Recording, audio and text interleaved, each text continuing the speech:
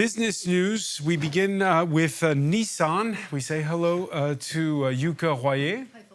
And Nissan, which is feeling the woes, I guess, of it's been a terrible couple of years, and that failed merger with Honda is just one of the Nissan announced a major update to its forecast for fiscal year 2024 that ended in March, saying it now sees a record net loss ballooning to over 4 billion euros, around 9 times larger than it previously estimated only 2 months ago. Revenue is set to increase slightly to around 78 billion euros, but operating profit will be about 30% lower than its previous estimate. Net loss is set to be the largest ever for the company, at between 700 and 750 billion yen, or up to 4.6 billion euros. Nissan says this is due to restructuring and impairment charges, including asset write-offs in the Americas, Europe and Japan. The company is trying to turn around the business under its new CEO, Ivan Espinosa, and has already announced cuts to jobs and production capacity, as well as plant closures. Earlier this year, merger talks with Honda, as you said, fell apart after Nissan refused to become its subsidiary.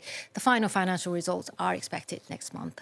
All right, and here in France, the government wants more protection for its steel industry, this against competition from China. From China, well, together with other European nations, Paris will push for measures to protect the bloc's steel industry against cheap Chinese imports amid mounting concern Donald Trump's tariffs would prompt Asian manufacturers to redirect and dump their products elsewhere.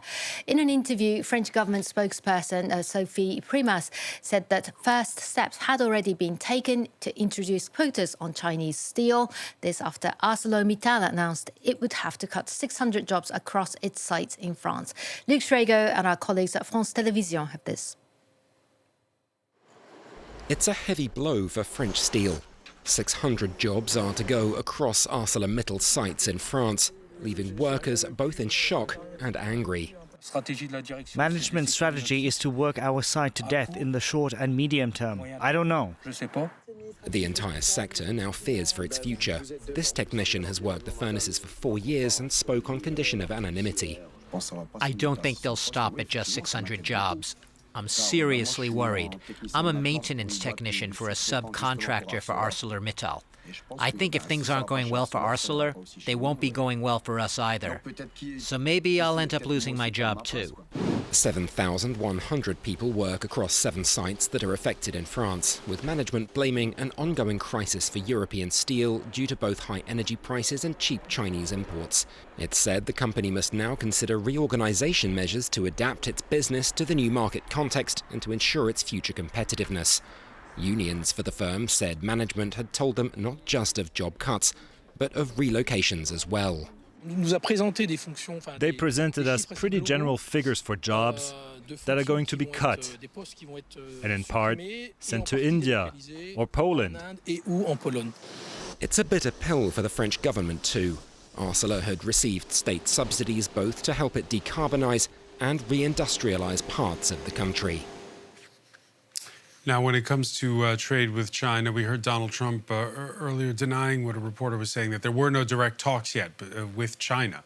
But it seems like it's a harder slog than the way he billed it, this getting to the negotiating table. Yeah, well, he's toning down a little bit. The US president has said that he doesn't want to play hardball with China, but Beijing might have a different view. Donald Trump and Treasury Secretary Scott Bessent this week sounded an optimistic tone, saying the 145% tariffs on Chinese imports would come down substantially, and that both countries were actively negotiating a deal every day.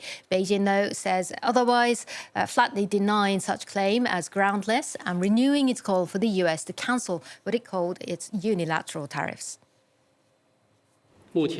At present, there are no economic and trade negotiations between China and the United States. Any claims about the progress of China-US trade negotiations are groundless, as trying to catch the wind and have no factual basis. The unilateral tariff increase measures were initiated by the United States.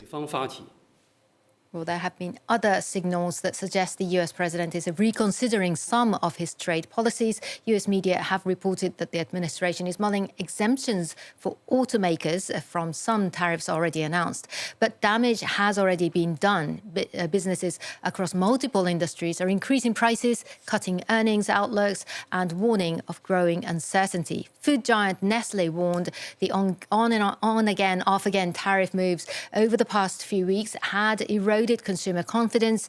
Consumer products group Unilever voiced a similar concern. Its rival P&G, as well as soda maker Pepsi, became the latest to cut annual profit forecasts due to the ongoing trade turmoil. Medicine maker Merck projects a $200 million increase this year, mainly due to tariffs on its shipments of vaccines to China. American Airlines, meanwhile, withdrew its full-year guidance announced earlier, citing economic uncertainties as its first quarter revenue missed expectations.